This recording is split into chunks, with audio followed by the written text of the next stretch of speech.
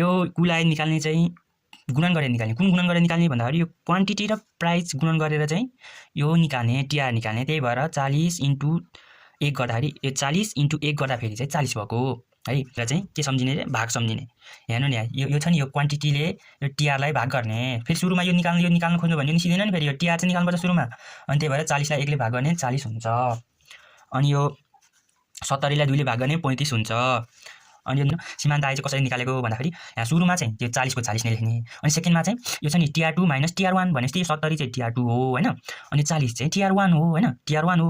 त्यही भएर 70 बाट 40 घटाउने 30 आको हो। फेरि यहाँ माथि लेख्ने होइन 30, फेरि माथि लेख्यो भने बिग्रिन्छ, रङ हुन्छ त्यो। अनि अब यो तल्लो 90 को लागि चाहिँ 90 टिआर2 हो, यो 70 टिआर1 हो। त्यही भएर 90 बाट 70 घटाउने 20 आउँछ हो। यो चाहिँ टिआर2 हो हैन, टिआर2 100 टिआर2 हो। यो 90 टिआर1 हो, 100 बाट 90 घटाउने 10 आउँछ हो। यसरी निस्किने। यति गर्यो भने तपाईहरुको कति आउँछ भने 3 मार्क्स आउँछ, 3 मार्क्स आउँछ।